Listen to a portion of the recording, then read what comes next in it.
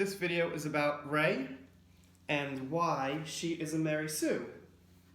Some people think there's a scale as to how much of a Mary Sue a character is, but it's definitely not an opinion. There are certain characteristics and traits and things that happen that determine whether she's a Mary Sue or not, and of course things the character does, which are actually secondary.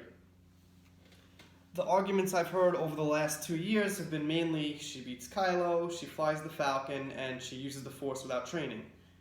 Those are pretty good points and definitely part of what makes her a Mary Sue, but I want to talk today about the world around her and how the script was specifically written to make Rey overpowered, or too powerful, whatever you want to call it. I have a list here of 7 points from a website that deals in literature, and let's go over those points today. And first, let's start with the intro.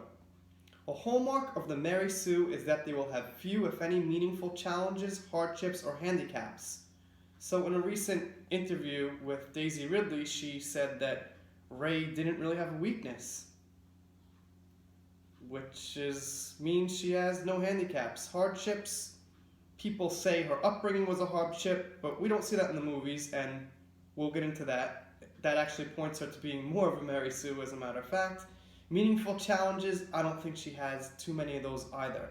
Maybe she does some meaningful things, but they don't end up being challenges.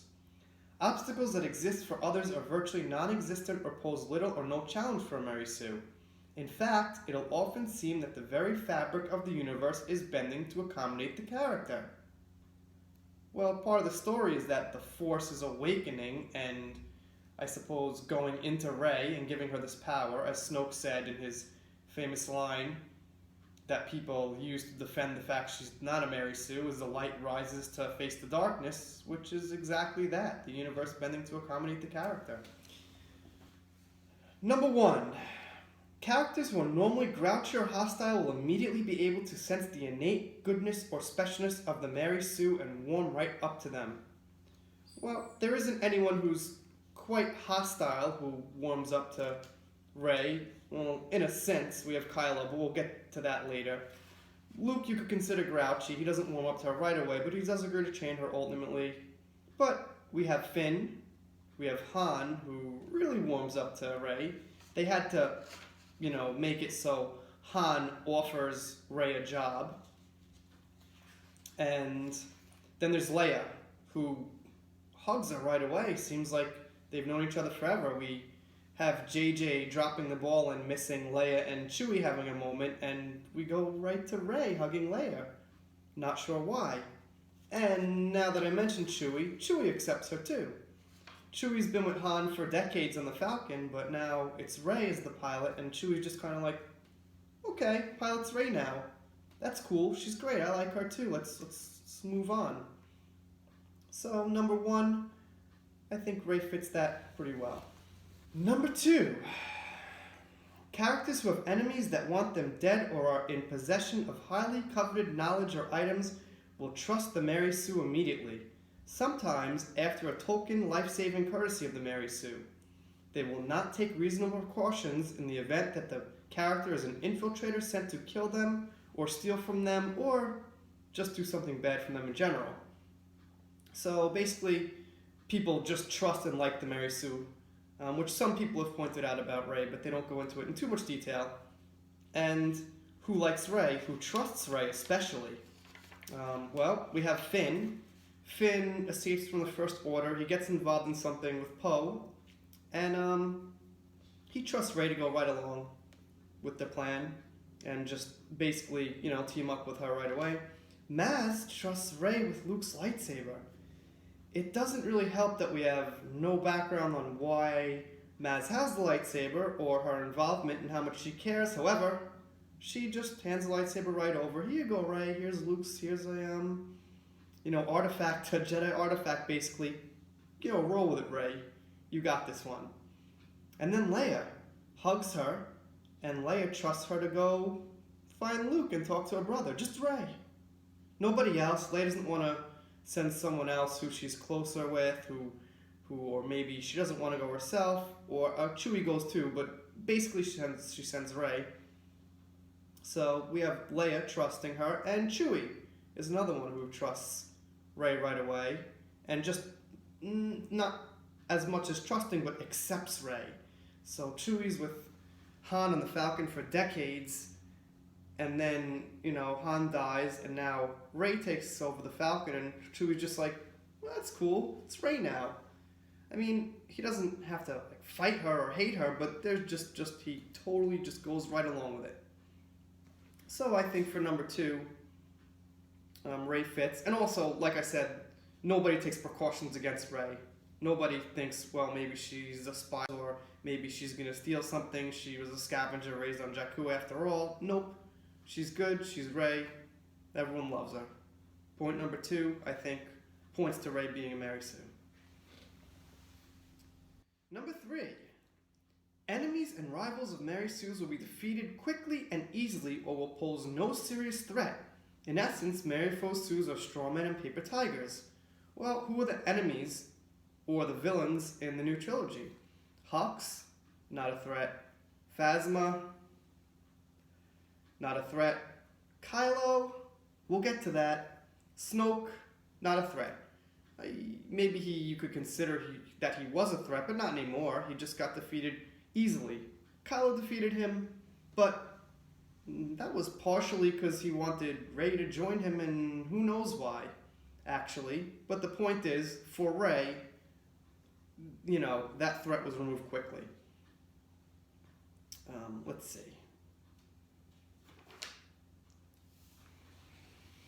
Number 4. This one fits Rey like a glove. Non-canon friends and family members are virtually non-existent. That's right. She grows up on Jakku with no non-canon friends and family, thus freeing up the schedules for the canon characters they want to hang out with, who will conveniently, even miraculously, have free schedules to hang out with the Mary Sue. Who has a free schedule for Rey? We got Han. He's just a smuggler now. And I think one of the reasons they made Han a smuggler was so he could bump into Rey. If Han was a general or doing some kind of administration work like Lando was doing in Cloud City, it wouldn't be so easy for Rey just to bump into him. Leia's a general, but she has time to go talk to Rey. Of course, Rey came off the Falcon and she was there to meet Han, but she didn't have a talk with Han and be like, hey, who's this Rey? Is she trustable?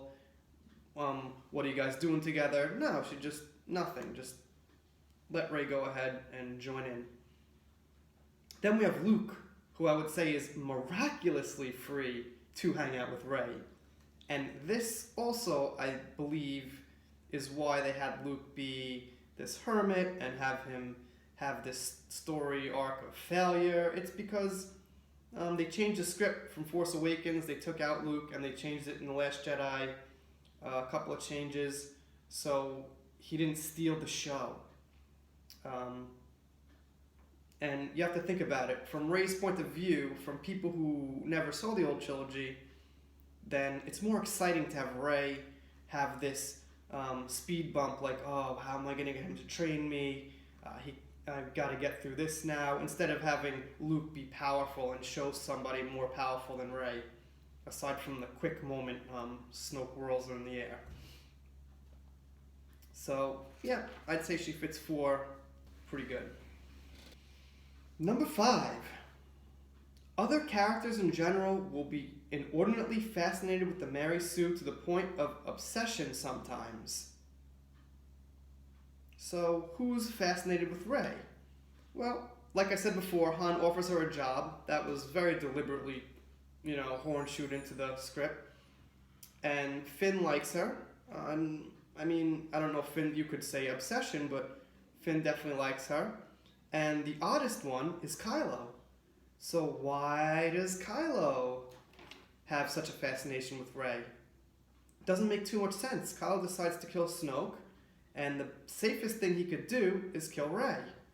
But instead, he takes the risk of asking Rey to join him.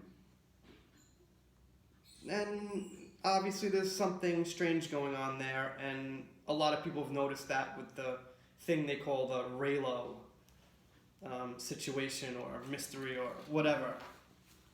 So I think Rey fits number 5 because of that too. Number 6. Things that were supposed to have been genuine hardships won't have a realistic impact on the character or their life. Emotional traumas might disappear at the writer's convenience. Things that should be traumatizing might not traumatize the character at all. So this is the thing with her parents, is that if you notice, the emotion and whatever Rey needs to go through with her parents happens at the convenience of the writer, not in a time where it actually causes her to make a mistake or causes her to affect someone around her to get hurt or something like that. We have her parents mention when she has the little confrontation with Kylo, when it's important, when they need some drama, and we have it in the cave, exactly when it needs to come up, when she's alone and there's no way it could ruin anything. We're just seeing her character. We're just getting a little character development there. And we're not seeing it, for example, in the middle of Luke's training. She goes, Luke, I can't go on. I'm so lonely. I haven't found my parents. I can't believe it. Now I'm here on this island. And or she's not in the Falcon with Han. She wanted to go back to Jakku, but she never pushes for it. It's just kind of in the back of her mind, but she goes full steam with the mission and fighting Kylo Ren in the First Order for whatever reason, by the way. And it has to be if people say her parents and the emotion, her losing her parents and the emotion behind that makes her not a Mary Sue, there has to be a consequence for that. There has to be an actual drawback to the character for that. This is one I like. The character might have unblemished looks despite living a poor peasant's life. A character who lived a hardscrabble life might have mastered a difficult skill despite there not being enough hours in the day to even become an amateur, let alone a master. And another defense of Rey being a Mary Sue is people say, oh, she grew up on Jakku and she had this hard life and she learned to fight using the bow staff. I'm assuming people mean she's gotten to multiple fights using the bow staff, but she doesn't have a scar on her face, she doesn't have a missing tooth, she doesn't have a limp, she's perfectly fine. If you put a dress on her and her background story was she grew up in Naboo with Padme, you'd be like, okay, I guess so. But if she grew up with Padme and had a scar and a tooth missing or something, you'd be like, whoa, what the hell? What happened to her? So her background story is not evidence she's not a Mary Sue. In fact, it actually pushes her a little bit towards the end of being a Mary Sue. Number 7. This is about as close to an opinion as I'll get. Essentially, genuine Mary Sues are spoiled pets of the writer. Whatever the character needs or wants, be it power, skill, wealth, prestige, a lover, a lightsaber, in Rey's case, comes to the character with ridiculous ease, even to the point of blatantly contradicting previously established rules of characterization. So, let me touch on that real quick.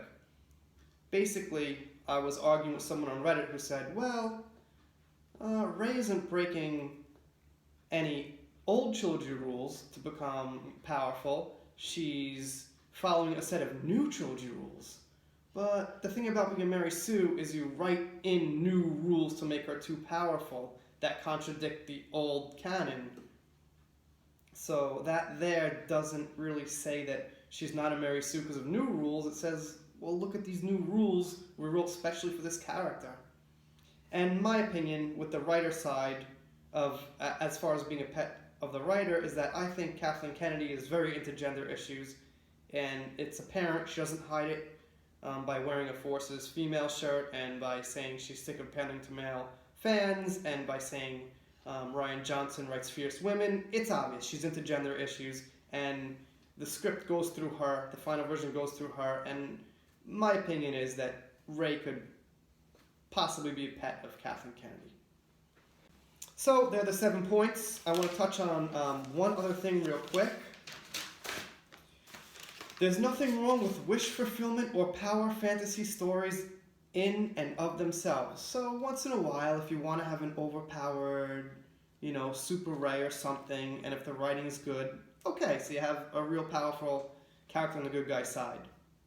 The problem comes when the fantasies are fulfilled in ways that damage the credibility of stories and its characters. So what we have here is this script being written so Rey could be super powerful, and we have to have Han and Luke especially take the back seat so they don't steal the show. So what happens is Luke's credibility gets damaged because now we have a split on people loving or hating the way Luke is. I think mostly disliking, and the people who dislike it really hate it to the point where they don't really want to watch Star Wars anymore. And the people who like it have probably just thought of some reasons to like it, or maybe who knows why. Anyway, we have a dead split there. And also Han going back to being a smuggler ruins his credibility. He's a war hero. Twice. He helps blow up the Death Star. There's nothing better Han could do than become a smuggler. Think about it. Think about it. And if they had Han by Leia's side and Luke, that would just take away attention from Rey and the other new characters, but they were probably especially concerned with Rey. So, those are my thoughts. Any comments? Welcome.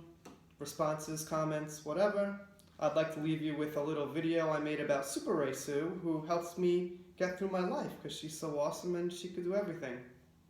See you next time.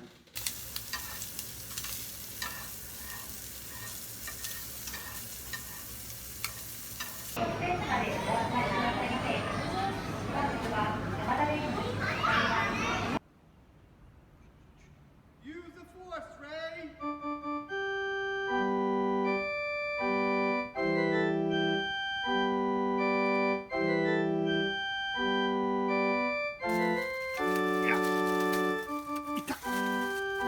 And there she is.